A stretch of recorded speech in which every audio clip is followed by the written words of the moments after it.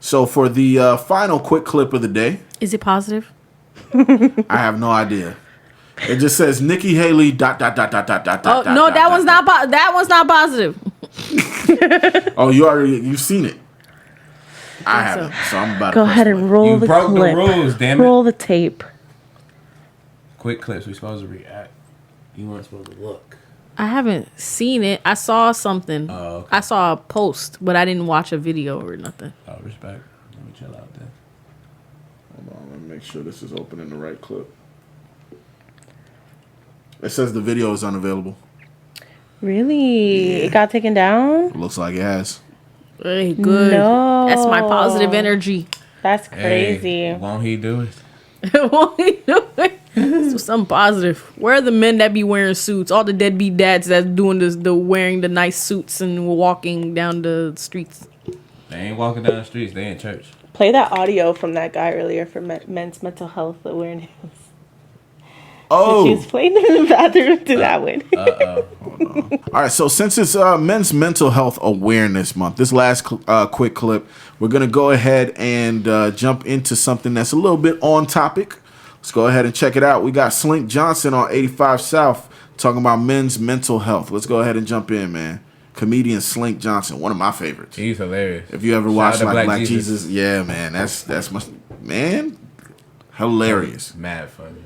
Inconsiderate. They don't care nothing. They don't care nothing about this shit. Look, bitch, it's only 24 hours in a day. That's what I'm trying to tell you. Bitch always demanding of a nigga. It's only 24 hours in a day. You feel me? Look here. It's 8 hours. You want a nigga that's responsible and a nigga to take care of business. He gonna work 8 hours a day, bitch. He need 8 hours to sleep, bitch. So that's 16. He got only 8 hours left, bitch.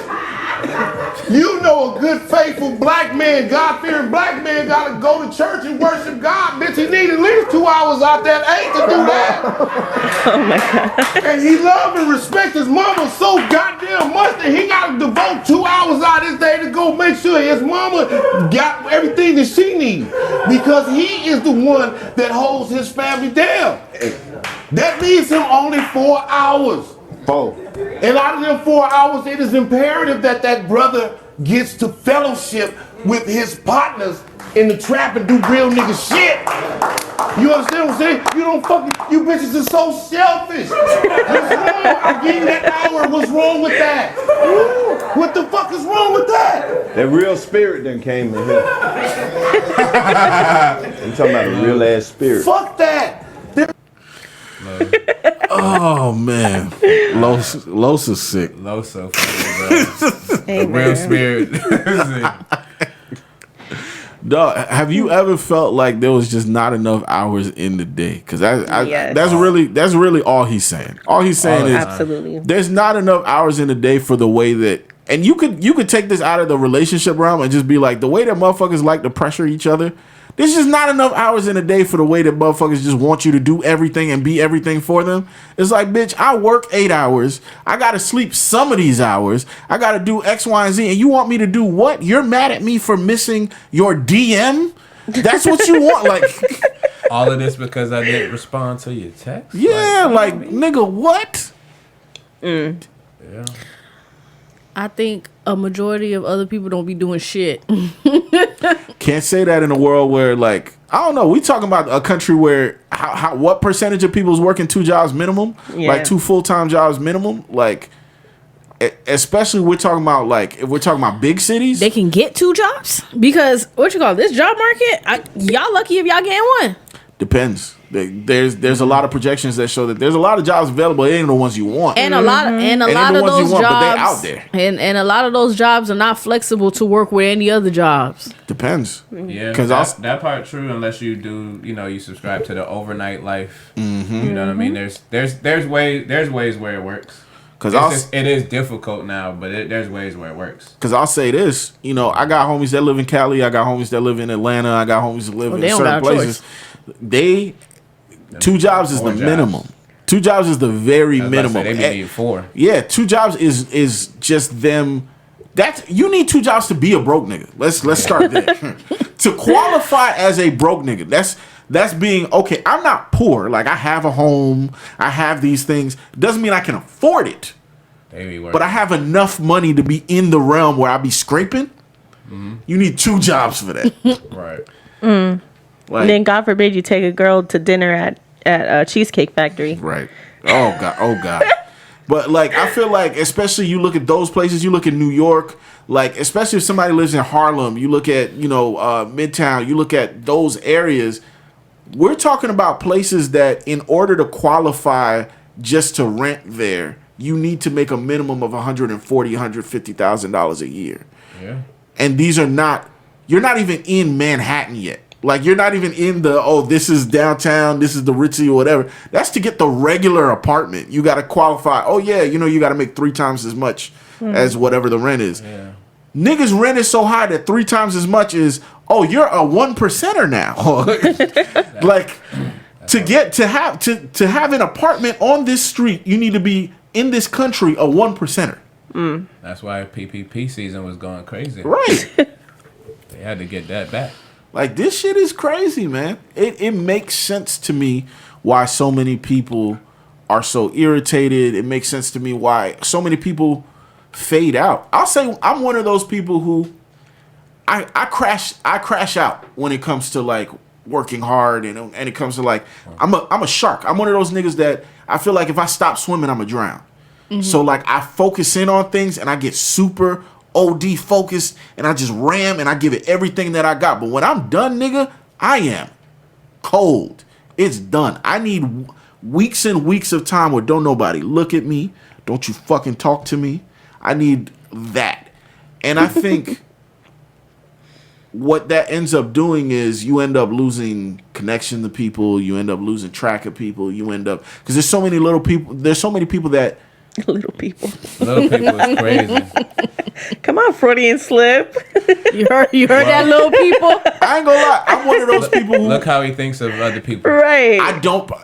And maybe that's a bad thing. I don't feel like I prioritize niggas in the grand scheme of things of life. Like, I don't prioritize. Like, to me, I'm like, it's working bills and shit and pushing, whether it be the company, merch, all of that, da-da-da-da. And then it's like, niggas. Like, I don't look at that and I'm like, damn, this nigga want to hoop, but I got to post the pod. I don't give a fuck what you got going on. Hey, good luck, Steph Curry. Like, I don't, like, we're not basketball players. Like, I'm not in the NBA. I got shit to do.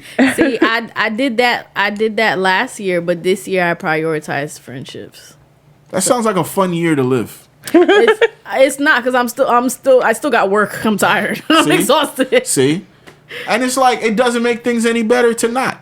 So it's like, what the hell is niggas supposed to do? I mean, it does. Well, for me personally, because like I just feel like I want to make sure that I still have my friends, because that kind of keeps me away from being lonely. True. So and it really helps that both of my friends live really, really close. But I mean, I talk to them every week for sure. And like, I also, the new friends that I've made, like I also, try to foster those relationships as well. So I try to put it into my calendar. So like right after my compa class, we'll go to Applebee's. Gotcha. Mm-hmm. See, I think what helps my situation is, because Monet will tell you, or even Sheem's seen it, my network is still my network, make no mistake. But I think it's because most of the niggas that are my homies like that are also sharks. Mm-hmm. So they like, I'm missing messages and they're missing messages. I'm busy as shit and they're busy as shit. So it's like, for the most part, you have those few random stragglers that'll be like, hey, I sent you something on Instagram and you seen it. Oh, I hate that. That's my grandma. Yeah, that's see. I feel like men's friendships have the luxury of that. It was a debate I saw earlier. They were saying that, like, why don't like female friendships last? Because a lot of the times you make friends where you're going out and you like see a pretty girl, like, oh, you're so pretty, let's be friends, y'all drinking and stuff. You get social media, like now you're expected to do everything with this person, or if this person has an event coming up, or their birthday, or just want to go out for drinks, and then if you don't, it's like the friendship's gone. Whereas with guys, he was saying like, you meet a guy and it's like, hey, what's up? You see something, like he's doing something, you supporting him, you shout them out, tell them happy birthday, but it doesn't need all that extra pizzazz. Yeah. I think you need to find the girls, because me and Shirley, like I talk to her every week, but Shirley does a whole bunch as an influencer. That bitch is outside all the fucking time, and she may not invite me, and I'm cool with her not inviting me. And there's times where I'll go out and I don't invite her. Yeah, but I think there's a difference between individualized friendships and culture of friendships, because I think what Monet is more so talking about is the culture of male friendships versus the culture of women's friendships, because that's been a conversation that's been going on. I can say specifically, I've seen it on social media for the past maybe 2 to 3 months. There have been like, it feels like a connected conversation. You know how something will go viral and then like maybe 2-3 weeks later, something else will go viral and it's like kind of touching, like they'll just like interconnect. I've seen a lot of statements where there are women that are coming out and saying things like they don't believe men's friendships are real, or they feel like men's friendships are shallow, or things of that nature. Then you'll see, men kind of respond. It'll be 3 weeks later. Now you got a post going crazy from a guy who's like, y'all put too much on y'all friends. Y'all are way too heavy on your friends. That's why y'all can't survive going to Miami. Like, and it's like facts. And it's like different things. Your homegirl is not your man. It's like there's. I was just about to say, y'all be going together when y'all pick. I think the culture of male friendships is kind of like the culture of male conversations. Like Monet makes fun of me all the time, where when she hears me talking to dudes on the phone, I'll be like, "Yo, what's good? Oh no, chilling." The way they hang up. Yeah, love, one, peace. All right. Like, boom. Just say, talk to you later, buddy. Or even like my baby sister Ashley. Talk to you later, buddy. Is crazy. Talk to you later, buddy. Is first of nuts. All, we gonna have to talk in person. Like, talk to you later, buddy. Talk to you later, buddy. What was that about? And Buddy is disrespectful in Florida. Not actually, Buddy. It was Buddy problem. Buddy's a skibbity. Buddy is a skippity. I ain't gonna lie, that's fighting words. What you call? Vaughn told me happy birthday, buddy, that one year. Yeah, like Buddy sound like you trying me. But I feel like the nature of those friendships is very vastly different. I was saying my baby sister Ashley, she used to hear me talking to my homeboys or whatever, and sometimes she'll laugh. She's like, I don't even know what y'all just talked about. But we're so short and to the point. Like, let's say we're planning to go out. Hey, yo, it's good. Oh, nah, chilling. Hey, we still good for 3:00? Yeah, 3:00. Or let's say meet at the spot. Yeah. No, not the spot. Not that spot. The spot from 3 weeks ago. All right, bet. One. Whole conversation done, and it's like that, and that sounds amazing, because I don't want to hear who all going. What are you wearing? Oh, like maybe we should go. Like, I didn't like the food from that place, and what do they have on the menu? And then what's the actual address? Like, bitch, you got Google. Yeah, I think there's a difference. Like, implication is okay with men. Implication is a faux pas when it comes to women. I think maybe it comes from the overthinking and a lot of the other things that may come with it. But like with guys, we don't have to feel like, I don't need my homeboy to fill me in on all the details when he's telling me something. Right. When he's telling me, even if it's something, because I've even seen them criticizing how men connect on personal topics. So let's say there's a guy who's having something, going on in his life, something a little bit on the sad side. He needs advice. He needs whatever. The way that a man would tell the story to another man is not the way that your girl tells you about what just happened at work. Like, that's not the same story, where it's like the guy is just going to tell you what happened, how he felt, or like kind of point you at, here's where my crossroad is, what's good. Maybe 5 minutes. And the way that it's looked at, it's trivialized. It's seen as, oh, we lack depth, we lack honesty, we lack certain types of things. Like, to them, me explaining how I feel about something because it takes a minute or takes 2 minutes, that's not how you really feel. Or you're keeping it a secret, or you're trying to act macho, or like a lot of the things that we naturally do is treated as if it's fake, as if it's like a put on or whatever. And my thing is, though, if men do really open up and go in depth, automatically it look crazy as far as like the way women like take it. Women take it as like they'll go ahead and call you soft or say things about you if you were to be like that vulnerable and peel back all the layers and stuff. If she really not your girl or she not really your female friend, you getting slandered. Like sometimes even if she is, because I know men that are naturally like that. There are men that don't fit into that mold of the culture of male friendships. Like they don't carry themselves the way that. They're not going to have, like, I know guys that aren't going to speak to each other the way that Sheem and I speak to each other. There are guys that I speak to sometimes where I'm like, he grew up with like, I ain't going to say that. Like, I'm like, oh, he was the only boy. He was the only boy in his house. You can tell, because it's like, he not hitting you with the like, I'm not getting those moments. Oh, you talking about when a dude is overtly giving out too much, like the way that we speak, like I'll speak to a guy. He's like, "Hey, what's the deal? What was you into yesterday?" Not too much, Just chilling. I'll hit 3 bullet points. Just either I'll start off just chilling and be like, "No, what'd you get into?" Well, I hit this, I went to this, and I da da da. Right. And that's boom. It's not gonna talk about how I went to Publix and I grabbed a bunch of food and then I forgot my keys. I had to go back to the house to get my keys, and then I did it. And did you know that Jan? Jan? No, not that Jan. Remember the one with the copy machine and the da da da da? Like, I don't talk like that. Yeah. None of the guys that I know, like, personally speak like that, except for a few. And when they do, it's a culture thing. Like, I think there is a real thing. I think there is a culture of like how women friendships are expected to be versus men's, and the way that it's explained is that women's friendships are seen more like relationships. Like, a woman is going to treat her woman friend with the same level of, like, you could call it intensity. Intimacy. You could call it intimacy. There's a level of intimacy that's expected from their woman friend where, like, okay, you don't show up to my birthday, I hate you. You don't show up to this and that, I hate you. You don't show up to... Well, that's for sure. If you don't show up to my birthday, I hate you. However, I think that because they're looking for intimacy, I think women need to do a better job at picking their friends. I feel like they have their friends and it's kind of like they don't want to leave their man because, well, we've been together for 3 years, 4 years, 5 years. They're like, oh, I've had this friend since elementary school, since middle school. We've known each other for a long time. And so, like, they're scared to try to get intimate with somebody else. So they're stuck in a relationship with women who they don't like at this point.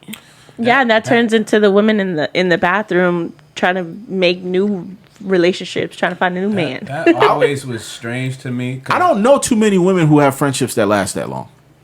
Yeah, but then... Because that's a thing. That is a conversation between men where men talk about it all the time. Where they're like, you ever notice every time you meet a girl and she's with her homegirls, that friendship don't ever be that old? Mm. Well, women are catty, excuse me. Women are, I hate to do all that gender stuff, but a lot of women are catty in a sense. Yeah, we're talking about the culture of... I'm not just saying all y'all, but... Yeah, the culture. My best friend, we've been friends for 14 years now. So... That's rare. Because the stuff y'all fall it's about... It's possible. The stuff y'all fall out about men, 9 out of 10 men don't be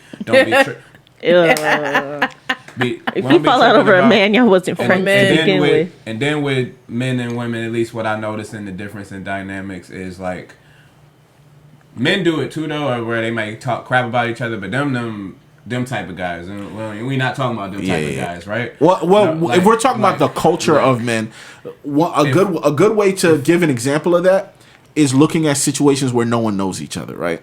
Like, we laugh about this all the time. If you watch a reality show and let's say they're moving 5 men into a house, 5 women into a house, the friendship that grows between those 5 stranger men baffles women. Like, where they're like, how do you do that? How do y'all just, like, the way that these niggas don't know each other from Adam, and within like 2 days you could have swore these niggas grew up together. Like, the way that it's just niggas is bros, or even a dude that you only know. Because men love men. But go ahead. See? It's interesting that, like, I feel like you look at that same dynamic and you throw those 5 women together, a lot of the issues that may come up and a lot of the things that develop won't develop on the other side. Or even with those guys, let's say they're only together for 3 days. So for those 3 days, they do whatever the show is, da da da da. Down the line, they see that nigga 3 years later, they dapping each other up like they're long lost brothers. And it's like that friendship is still there, the connection's still there, you know what I'm saying? Like the jokes might even still be there, all of that, but it's weird that connection doesn't just naturally happen with strangers. As far as women, you don't get to just throw strangers together and it just work. Nah, there's gonna be a spat. Yeah, there's gonna be, or even outside of a spat. Let's say it's there's gonna be tension. There's gonna be some sort of like unsureness. There's gonna be different types of like body language disagreements, certain things or whatever. It's just different. I don't like the way she drank her drink. I don't know. I feel like just in that scenario, I just feel like women are a lot more reserved. Like they really are one of those like, I don't really know you, so I kind of don't really want to talk to you. Cause it seems like that, like, cause I'm an extrovert, and so I will talk and I will attempt to make friends and stuff like that. But it's kind of like sometimes they just don't feel like. I don't know if it's because, you know, as a woman and as a black woman, there's a lot of trauma with strangers or other people. So they're really, really wary, even with friends. Like they're wary with friends. So it's kind of like really hard to try to befriend them. Like they're immediately on walls up. No, I can see that. Yeah. I can see that. Yeah, because I think we in a time where both genders is in, like, if there was more time to be not trustworthy in both sexes, I think we both dealing with that. Or just speaking for myself, because something you were saying, Reggie, is men can go and get along with strangers and stuff like that. I can only speak to the other side of that. You know me, I am friendly, but y'all know me, I'm a little socially awkward and I don't be openly trusting people right away. So I'm just saying there's two sides to that. Yeah, but that's why I keep pointing out we're more so talking about the culture of men versus the culture of women. Yeah. Like that's pulling out, you know, I feel like in a lot of those situations, you're the outlier. Because especially when Chef and I go out, or when we go out in groups or whatever, you're usually the one that we got to be like, okay, here we go. We got to figure out how to, like, you know what I'm saying? How I be chilling. I be chilling. I just dip off. I just dip off, but I be chilling. But you be the one who be on bullshit though. I'm unpredictable. I'll give y'all that. It's true. So that's why, like, yeah, when we're talking about the culture of people, we're more so talking about when you take out, you know, extreme trauma or certain things, or people who have like certain types of anxiety and things of that nature. That's more on the outlier sense. We're just talking about just the Gen Pop. Yeah. I think Gen Pop got problems. I mean, everybody got problems if you talk about that.